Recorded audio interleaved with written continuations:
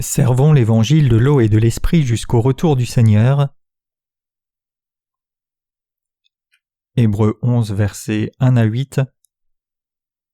Or la foi est une ferme assurance des choses qu'on espère, une démonstration de celles qu'on ne voit pas.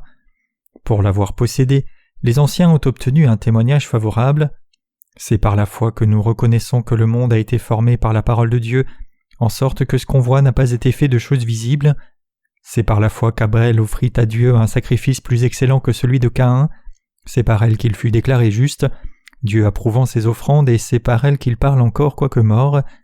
C'est par la foi qu'Enoch fut enlevé pour qu'il ne vît point la mort, et qu'il ne parut plus parce que Dieu l'avait enlevé, car avant son enlèvement il avait reçu le témoignage qu'il était agréable à Dieu. Or sans la foi il est impossible de lui être agréable, car il faut que celui qui s'approche de Dieu croie que Dieu existe, et qu'il est le rémunérateur de ceux qui le cherchent. C'est par la foi que Noé, divinement averti des choses qu'on ne voyait pas encore, et saisi d'une crainte respectueuse, construisit une arche pour sauver sa famille. C'est par elle qu'il condamna le monde et devint héritier de la justice qui s'obtient par la foi. C'est par la foi qu'Abraham, lors de sa vocation, obéit et partit pour un lieu qu'il devait recevoir en héritage, et qu'il partit sans savoir où il allait. Les gens se plaignent en disant que nous vivons à une époque sans avenir qui est devenue sans espoir, malgré les progrès de la technologie et du développement culturel. C'est peut-être la raison pour laquelle les gens se livrent aujourd'hui à manger, à boire et à vivre au quotidien sans but. Les rêves pour notre avenir nous font traverser des moments difficiles, mais sans aucun rêve pour l'avenir, les gens ont tendance à s'abandonner au désespoir. Il m'est apparu qu'il n'y a rien de plus effrayant que l'absence de rêve ou d'espoir. Malheureusement, de nombreuses personnes vivent dans un tel désespoir. L'espoir ne peut être trouvé nulle part malgré le fait que la science et la technologie ont rendu nos vies si pratiques. C'est vraiment un âge sombre.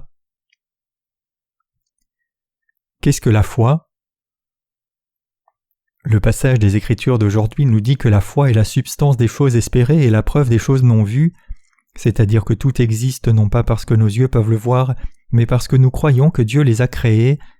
En d'autres termes, la Bible nous enseigne la vérité, que tout existe parce que Dieu l'a créé avec sa parole, pas parce que nous pouvons le voir et nous exclamer « Oh, voici à quoi cela ressemble, ensuite il y a une telle chose ». Il y a une énorme différence entre les gens de foi et les gens sans foi en Dieu. Ceux qui n'ont pas foi en Dieu perçoivent les choses et prédisent l'avenir en fonction de ce qu'ils voient avec leurs yeux physiques, mais les gens de foi peuvent comprendre ces principes en croyant en Dieu. Par la foi, Abel offrit un sacrifice plus excellent que Caïn, et Enoch fut pris par Dieu sans voir la mort. Le passage d'aujourd'hui nous dit qu'Enoch a plu à Dieu. En d'autres termes, ce ne sont pas ses actions ou ses œuvres, mais sa foi qui a plu à Dieu. En ayant foi, il a vécu une vie agréable envers Dieu. Je voudrais vous dire une chose à vous tous, y inclut l'Église de Dieu et les serviteurs de Dieu, et c'est que s'il vous plaît, ne voyez pas votre présent et votre futur uniquement en fonction de ce que vous pouvez voir avec vos yeux, mais regardez-le à travers la lentille de la parole de Dieu. Vivez votre vie de foi dans la parole de Dieu. Cela m'inclut aussi, car j'ai aussi besoin de regarder le monde à travers la parole de Dieu. Les paroles de Dieu nous permettent de voir ce qui va arriver. À travers les paroles de Dieu, nous pouvons voir les tribulations, et 7 ans et avec les catastrophes naturelles terrifiantes. Et à travers la parole de Dieu, nous pouvons voir l'Antéchrist apparaître et les saints martyrisés et ressuscités d'entre les morts.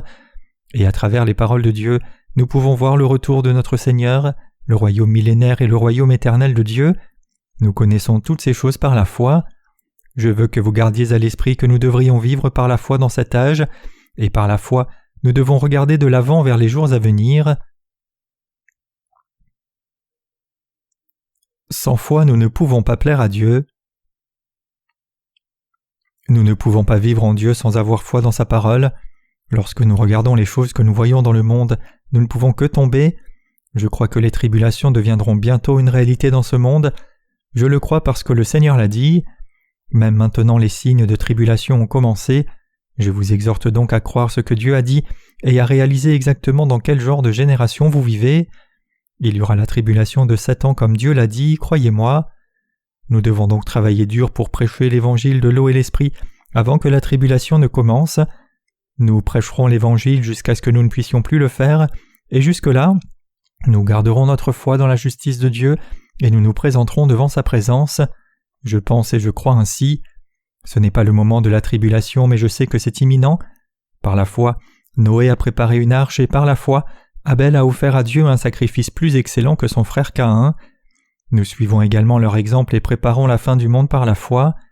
J'espère que vous et moi endurerons bien dans ce moment en ayant cette ferme foi dans nos cœurs. Je ne parle pas d'une mort héroïque pour Dieu pendant la tribulation, mais que je prêcherai l'évangile de l'eau et l'esprit partout dans le monde jusqu'à ce jour. En attendant, nous continuerons à prêcher l'évangile de l'eau et l'esprit jusqu'au retour du Seigneur. Je vis maintenant en ayant une telle foi. Je ne suis pas sûr de ce que vous pensez, mais je crois que plus le chaos est grand et meilleure est la possibilité de prêcher l'évangile de l'eau et de l'esprit. Si nous ne prêchons pas l'évangile de l'eau et l'esprit maintenant, il n'y aura pas d'autre chance. En regardant les circonstances actuelles du monde, nous voyons qu'Israël devient de plus en plus isolé. Même les États-Unis, l'allié d'Israël de tous ses alliés, ont commencé sur cette pente glissante à la détester et à l'éviter. La raison pour laquelle je continue d'évoquer les circonstances du monde est de vous montrer que le jour du retour du Seigneur n'est pas trop loin. Par conséquent, le meilleur moment pour prêcher l'évangile de l'eau et de l'esprit c'est maintenant. Si nous manquons cette occasion en or, nous aurons en effet de la difficulté à prêcher l'évangile à l'avenir. Aujourd'hui c'est le bon moment. Aujourd'hui nous pouvons évangéliser sur Internet et à travers nos publications. Nous n'avons pas pu prêcher l'évangile en Chine dans les années 80 et 90, mais c'est possible maintenant. Je prends toujours du recul et je pense comment je peux profiter pleinement de notre situation actuelle pour répandre la vérité. Si nous ne prêchons pas maintenant l'évangile de l'eau et l'esprit au monde, il viendra un jour où nous pleurerons amèrement en regrettant notre paresse ou les occasions perdues.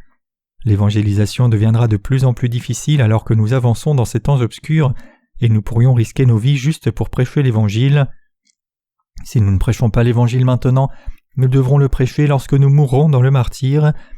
Le Saint-Esprit en nous ordonnera de faire cela. Chers saints, veuillez en prendre note. La grande tribulation approche à grands pas, j'y crois. En raison de cette situation, de nombreuses personnes ont tendance à rester neutres et à perdre leur temps. Dans des moments comme ceux-ci, nous, les intendants de l'Éternel, devons nous réveiller pour préparer et distribuer le pain quotidien. Le Seigneur nous a confié cette tâche. Nous devons devenir des serviteurs sages et des gens de foi. Abraham et Moïse ont également marché dans la foi, Enoch et Abel aussi. Les gens dans le passage d'aujourd'hui ont fait plaisir à Dieu avec leur foi et ont laissé un héritage de foi. Ils vivaient tous par la foi, et nous devons suivre l'exemple donné par nos ancêtres dans la foi. Je ne parle que de leur foi. Sans foi en Dieu et dans sa justice, nous ne pouvons pas survivre dans ce monde méchant. Cela ne sert à rien de parler de l'évangile de l'eau et l'esprit tout en vivant sans Dieu. Nous devrions être plus actifs en demandant, en cherchant et en frappant avec notre cœur. Nous devons faire confiance à Dieu et à toutes ses paroles et vivre par la foi. Quelles que soient les circonstances du monde, nous devons vivre notre foi. Le temps dans lequel nous vivons maintenant est le bon moment pour prêcher l'Évangile. C'est parce que le jour du retour de notre Seigneur n'est pas si loin. Certains d'entre vous peuvent devenir impatients et irrités par le retour apparemment retardé du Seigneur, mais nous avons encore beaucoup de travail à faire. De nombreux documents doivent encore être traduits et beaucoup de choses doivent être prêchées. Aujourd'hui, le pasteur Shin m'a appelé et m'a dit qu'il avait reçu des courriels de plusieurs pays, l'informant que les gens avaient reçu la rémission des péchés en croyant dans l'évangile de l'eau et de l'esprit. Ce qu'on m'a dit, c'est qu'environ 5 personnes ont rencontré le vrai évangile, mais je suis sûr qu'il y en a beaucoup plus maintenant. 5 personnes par jour n'est pas un petit nombre. Ceux qui ont reçu le salut de leurs péchés sont tous influents dans leur propre pays. Combien de personnes supplémentaires peuvent entendre l'évangile de l'eau et l'esprit à travers eux dans le futur ? Il y a encore de nombreux pays que nous n'avons pas encore atteints. Nous devons d'abord évangéliser ces pays. Dans des pays comme les États-Unis, de nombreuses personnes ont entendu l'évangile de l'eau et l'esprit et ont reçu la rémission des péchés. Il en va de même pour le Nigeria. Le nombre de livres que nous envoyons à ces pays est soit le premier, soit le deuxième le plus comparé à d'autres pays. Connaissez-vous le Nigeria ? Le nom de ce pays ne vous rappelle-t-il pas le football ? Vous souvenez-vous de ce pays comme d'un autre pays africain ? Le Nigeria a une population énorme et est considéré comme un pays aisé en Afrique de l'Ouest. De nos jours, l'Afrique est un continent où le VIH-Sida est devenu endémique et nous devons prier pour eux. J'espère que vous vivrez une vie de prière et de fidélité devant Dieu. Je crois que dans un avenir proche, ces signes apparaîtront alors que nous, le peuple et les ouvriers de Dieu, continuons de prêcher l'Évangile. Partout dans le monde, les catastrophes naturelles deviendront la norme, les guerres éclateront, les maladies abonderont et des dommages écologiques se produiront. Je peux voir de telles choses se produire et je crois qu'elles viendront sans faute. Lorsque ces choses se produisent, beaucoup de gens acceptent alors l'évangile de l'eau et l'esprit pour survivre, tout comme un poisson hors de l'eau. Je crois que beaucoup de gens viendront entendre l'évangile et recevront le salut lorsque la fin des temps approchera. Parce que je crois que les jours du monde sont comptés, je veux consacrer mon cœur et ma force à prêcher l'évangile. J'ai récemment déménagé dans un endroit calme. Il y a quelques inconvénients à faire ce déménagement, mais j'aime l'endroit car il est tellement calme. Je peux me reposer, bien dormir, et c'est un très bon endroit pour récupérer. Après être devenu plus fort et me sentant rafraîchi, je peux faire l'œuvre de Dieu avec beaucoup d'énergie, mais quand je suis épuisé, je peux simplement revenir et me reposer. Je ne sais pas en ce qui vous concerne, voilà comment je le fais. Quoi qu'il en soit, je remercie Dieu pour cette opportunité. J'espère que vous ferez de votre mieux pour accomplir vos tâches données par Dieu dans vos positions. Frères et sœurs, nous devons accomplir fidèlement nos tâches données par Dieu. S'il y a quelqu'un qui abandonne la tâche que Dieu lui a confiée, alors il choisit non seulement de mourir lui-même, mais il envoie aussi d'autres personnes à la mort. Les chrétiens paresseux et oisifs tuent fondamentalement des gens. Lorsque nous prêchons et vivons avec diligence pour l'Évangile, de nombreuses personnes peuvent prendre vie en recevant la rémission des péchés. Si tel est le cas, comment pouvons-nous vivre une vie lente ? Je ne te reproche pas d'être inactif, je veux dire que nous sommes tous responsables de toutes ces choses. Beaucoup de gens qui voulaient entendre l'évangile de l'eau et l'esprit ne pouvaient pas le recevoir, ni la rémission des péchés, parce que nous n'avions pas rempli nos devoirs, et ceux qui auraient pu recevoir la rémission des péchés ne pouvaient pas le faire à cause de notre paresse. Les gens dans le monde ne savent pas que la fin du monde est proche, ou ne savent pas ni ne croient que Jésus-Christ a remis tous nos péchés. Lorsque ces choses se produisent, vous et moi serons tenus responsables. Nous qui croyons dans l'évangile de l'eau et l'esprit devons vivre pour les autres. À partir de maintenant, nous ne devons pas vivre pour nous-mêmes mais pour les autres. Souvenez-vous toujours de cela et faites de votre mieux dans les domaines qui vous sont attribués. Lorsque vous regardez en arrière pour voir d'où vous venez, vous pouvez avancer. J'espère que vous serez fidèles dans votre travail sacerdotal. Comment pouvons-nous être paresseux quand Dieu nous a confié une tâche aussi importante ? Le Seigneur a dit qu'il attend plus de ceux à qui on donne plus. Les gens du monde entier ont besoin de nos évangélistes pour leur prêcher l'évangile de l'eau et l'esprit. Ils recherchent ardemment l'évangile de l'eau et l'esprit. Sachant toutes ces choses, et sachant qu'il n'y a pas d'autre évangile que l'évangile de l'eau et de l'esprit, comment pouvons-nous garder le silence même un jour ? Néanmoins, nous ne serons pas autorisés à nous promener en prêchant l'évangile avec un microphone, car cela offenserait les gens ou nous causerait des ennuis. Donc au lieu de cela, nous pouvons prêcher l'évangile en donnant aux gens nos livres de sermons gratuits. Nous aidons également les gens à entrer dans le royaume de Dieu en prêchant l'évangile via Internet. Nous devons prendre au sérieux les tâches que Dieu nous a confiées, car elles sont précieuses, et nous devons poursuivre notre dur labeur en prêchant l'évangile de l'eau et de l'esprit. Quand j'ai rencontré pour la première fois le Seigneur qui est venu par l'eau et l'esprit, j'ai prié avec ferveur en disant « Seigneur, il n'y a personne nulle part qui prêche l'évangile de l'eau et l'esprit, ce ne sont pas de vrais évangélistes. S'il vous plaît, aidez-moi à répandre ce véritable évangile de Christ dans le monde entier. » J'ai prié sans autre attente. J'ai continué à prier, mais je ne savais pas que Dieu me confierait une tâche aussi importante. Nous ne sommes certainement pas nombreux, mais nous unissons nos forces pour prêcher l'évangile au peuple du monde. Vous pouvez être fiers de ce fait. Les gens entendent l'évangile de l'eau et l'esprit que nous prêchons, et ils témoignent plus tard qu'ils ont reçu la rémission des péchés. Il ne s'agit que d'une approximation basée sur la notification par email que nous recevons quotidiennement. Il y a peut-être plus de gens qui viennent à croire, mais qui ne nous rendent pas compte. Je crois que l'évangile de l'eau et l'esprit est le seul vrai évangile qui puisse sauver parfaitement. Certains pourraient contester cette déclaration en disant « Comment savez-vous cela ?» Je peux vous le dire avec confiance. Je ne suis pas quelqu'un qui ignore les théologiens bien connus du monde ou ces théologies. Je sais aussi qu'il y a beaucoup de sœurs ici qui participent à ce ministère Internet.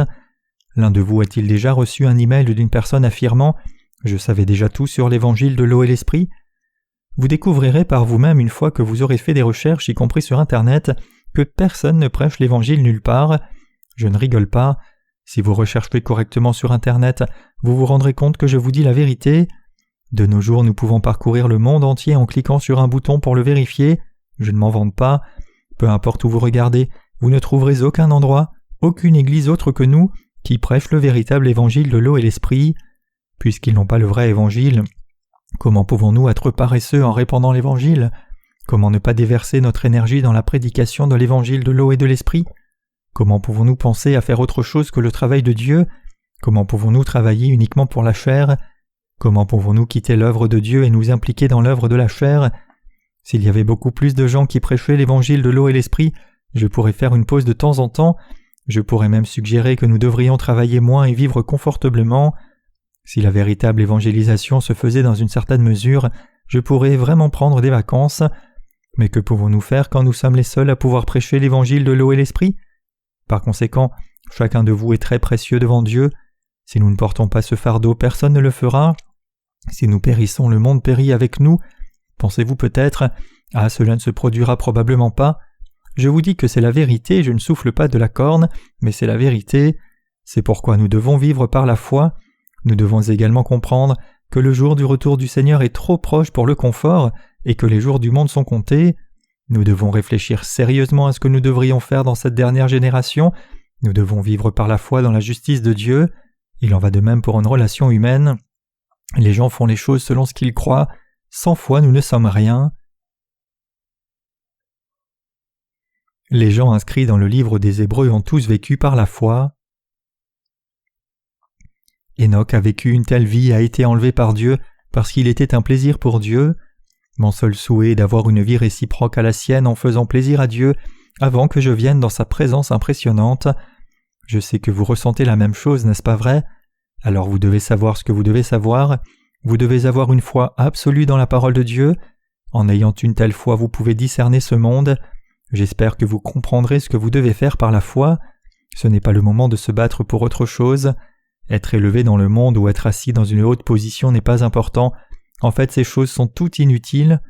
Je veux que vous inscriviez cela dans votre cœur. Ce qui est important n'est pas la hauteur de vos positions dans la société, mais quel ministère Dieu vous a confié et comment vous pouvez l'accomplir. Tout le monde est également précieux. Nous avons des rôles différents, mais nous sommes tous tout aussi importants pour Dieu. Ce n'est pas vrai que le travail de quelqu'un est plus important que le travail de quelqu'un d'autre. Nous faisons tous un travail précieux. Si l'un de nous ne faisait pas son travail correctement, comment pourrions-nous accomplir un travail évangélique? Même si je crois que mon travail est important, je crois que vos travaux sont tout aussi importants. Je n'ai aucune envie de vivre une vie aisée dans ce monde avec un gros compte bancaire. J'ai juste besoin de choses pour faire l'œuvre de Dieu. Quoi qu'il en soit, les gens de la Bible ont vécu leur vie de foi jusqu'à ce qu'ils se présentent devant Dieu. De même, nous ne devons vivre que par la foi. Tout ce que je dois faire, c'est vivre par la foi jusqu'à ce que j'entre en présence de Dieu. Je ne désire rien d'autre. Que puis-je demander si beaucoup de gens reçoivent leur salut en faisant ce que Dieu m'a appelé à faire? Ce que nous faisons n'est pas seulement pour nous. Mais si c'était différent, n'importe qui peut le faire. N'es-tu pas d'accord? Nous pouvons faire ce travail parce que ce que nous faisons est très précieux et digne, voire même risquer notre vie, car aider de nombreuses âmes à recevoir le salut avec nos petits efforts est si précieux. Cela n'en vaut-il pas la peine? Vous faites partie d'une telle mission importante. Je veux que vous soyez conscients de l'importance de notre travail collectif. Je crains que si je meurs sans accomplir mes tâches et que des difficultés ou des tribulations viennent au monde, que se passera-t-il alors? J'ai peur de ne pas pouvoir prêcher l'Évangile et de survivre à peine à des catastrophes telles que des sécheresses, des guerres ou des maladies. Je voudrais prêcher l'Évangile pendant une période de paix. J'espère vous aider à prêcher l'Évangile en cette période de paix. Nous viendrons devant Dieu en son temps pendant que nous prêcherons l'Évangile avec diligence. Comme vous pouvez l'imaginer, il sera extrêmement difficile de prêcher l'Évangile pendant ces périodes. Nous ne pourrons pas simplement prêcher l'Évangile même lorsqu'un petit incendie devrait se présenter. Dans de tels moments, nous ne serons pas autorisés à prêcher l'Évangile. Heureusement, le monde n'est pas encore si méchant pour que nous ne puissions prêcher l'Évangile. En fait, le climat de prédication ne pouvait pas être meilleur. De plus en plus de gens entendent l'Évangile que nous prêchons. Un jeune homme m'a demandé si le Seigneur venait cette année. Il y a beaucoup de gens comme lui. J'ai entendu dire qu'aux États-Unis, quelque part, les gens faisaient un bunker souterrain pour stocker de la nourriture. Ces gens savent que la tribulation de Satan approche. Bien qu'ils ne connaissent pas l'Évangile de l'eau et l'Esprit, ils ressentent toujours les signes. Il y a d'innombrables personnes qui se préparent comme ça. Cependant, la façon dont ils se préparent est problématique. À quoi cela servira-t-il d'enterrer la nourriture sous terre? Le sol ne sera-t-il pas sujet à des catastrophes? Ce sera fini une fois qu'un tremblement de terre aura frappé cette ville. Il n'est pas important de conserver la nourriture sous terre. Tu n'es pas d'accord? Quand la catastrophe commencera à pleuvoir sur la terre, les humains deviendront impuissants sous la rage du Seigneur. Ils se trompent misérablement. Frères et sœurs, faisons plutôt une bannière quand l'un de nous devrait décéder avec ces mots « Toutes nos félicitations, Saint un tel vient de mourir ». et chantons des louanges et célébrons. Ensuite des stations de radiodiffusion viendront nous interviewer, ils demanderont pourquoi nous célébrons un décès. En fait, n'est-ce pas un événement gai d'être appelé dans le royaume de Dieu après avoir effectué un travail acharné sur terre? Une telle mort mérite certainement une grande célébration. La mort des saints nés de nouveau signifie résurrection et vie nouvelle, c'est donc quelque chose à célébrer. C'est pourquoi nous pouvons dire « Félicitations pour votre mort ». Que diront alors les journalistes de nous? Ils peuvent nous appeler fous ou excentriques. Vous connaissez le diacre Myung-Chan Kim, qui est maintenant mort et endormi? Sa pierre tombale dit « Homme juste Myung-Chan Kim s'est endormi en attendant le retour du Seigneur ». J'ai écrit cette inscription. Nous avons choisi une inscription si inhabituelle, alors que les gens de ce monde écrivent que tel ou tel descendant de telle et telle personne dort ici. Homme juste Myung-Chan Kim s'est endormi en attendant le retour du Seigneur. De telles inscriptions peuvent être courantes dans d'autres pays, mais je n'ai rien vu de tel dans notre pays. Je suis allé dans de nombreux chantiers funéraires ou cimetières différents, mais il n'y avait pas une seule pierre tombale qui dise « homme juste ». Veuillez faire la même chose pour moi quand je devrais mourir. Je suis un homme juste et j'attends la seconde venue du Seigneur. J'anticipe le retour du Seigneur. Je peux vivre aujourd'hui parce que je crois que ce jour viendra. Mon seul souhait est de faire l'œuvre de Dieu et de vivre par la foi jusqu'à ce que je vienne devant Dieu. Alors que nous continuons à prêcher au monde ce que nous croyons, le Seigneur reviendra un jour et nous donnera le royaume millénaire, où il nous laissera régner en tant que roi pendant 1000 ans. Je crois qu'il nous emmènera, nous les justes, vers le nouveau ciel et la nouvelle terre pour que nous y habitions. Je le crois fermement. Je crois aussi que les gens peuvent recevoir la rémission des péchés et le Saint-Esprit tout de suite dès qu'ils entendent l'évangile de l'eau et l'esprit que nous prêchons et y croient vraiment, et je crois qu'ils deviendront les enfants de Dieu. Juste comme ça, je voudrais venir devant Dieu pendant que je prêche l'évangile et vis par la foi. Je vis une telle vie en ce moment et je continuerai à vivre ma vie avec un tel espoir. Je ne sais pas quel genre de tâche le Seigneur me confiera, mais je peux deviner. Je peux également deviner quel type de tâche le Seigneur vous confiera également. Mes chers frères et sœurs, mon seul souhait est que l'évangile de l'eau et l'esprit se répande dans le monde entier, et je souhaite que le Seigneur revienne, nous sauve, nous ressuscite, nous et tous ceux qui croient dans l'évangile de l'eau et l'esprit, et que nous régnions avec lui pendant 1000 ans. Je crois que le Seigneur réalisera mes rêves. Je crois qu'après 1000 ans, Dieu bâtira le royaume éternel et nous permettra d'y vivre avec lui pour toujours et à jamais. Croyez-vous aussi comme ça? Nous rencontrerons le Seigneur par la foi après avoir vécu notre vie par la foi. En peu de temps il reviendra. Nous ne sommes pas de ceux qui reculent vers la perdition en commettant des péchés. Nous sommes le peuple qui est sauvé par la foi dans l'évangile de l'eau et de l'esprit. Nous sommes les gens qui ont reçu les tâches futures du Seigneur. Nous pouvons marcher dans la foi parce que notre foi est dans la justice de Dieu. Par conséquent, ne regardez pas le monde. Ne mettez pas vos espoirs dans le monde. Le temps du retour du Seigneur est très proche. Ne faites jamais ça. Lorsque vous mettez vos espoirs dans le monde, vous tomberez dans le piège du monde. Nous devons avoir nos espérances dans le Seigneur seulement et nous tourner vers lui pendant que nous vivons. Si nous vivons par la foi tout en accomplissant l'œuvre du Seigneur, il viendra à tout moment et nous accueillera à la maison. N'attendez pas seulement ce jour avec des mains oisives, mais faites de votre mieux jusqu'à ce que vous rencontriez le Seigneur. J'ai vécu jusqu'à présent en travaillant sans relâche pour Dieu, et je crois que vous pouvez faire de même. Continuons le bon travail. Alors que nous vivons dans la justice de Dieu par la foi, le Seigneur reviendra en effet et nous le rencontrerons.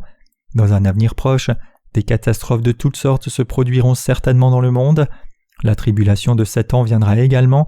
La première tribulation sera des catastrophes naturelles et la seconde des guerres qui éclateront, et la famine et les maladies suivront, puis finalement l'Antéchrist apparaîtra. Ensuite des boules de feu et des grêlons tomberont du ciel, et des catastrophes de destruction épiques, comme nous aurions pu le voir dans les films, suivront. Cela va vraiment arriver. Nous prêchons l'évangile de l'eau et l'esprit parce que nous croyons ce que Dieu a dit, et nous croyons que de tels désastres vont se produire. Parce que nous croyons au royaume millénaire, nous prêchons l'évangile de l'eau et l'esprit au peuple du monde. Nous le faisons parce que nous croyons dans l'évangile de l'eau et de l'esprit. Nous rencontrerons le Seigneur en vivant par la foi. Comprenez-vous? J'ai partagé avec vous ce que j'avais en tête sur la base du passage des Écritures d'aujourd'hui. J'ai également évoqué ce que vous avez en tête. Merci Seigneur.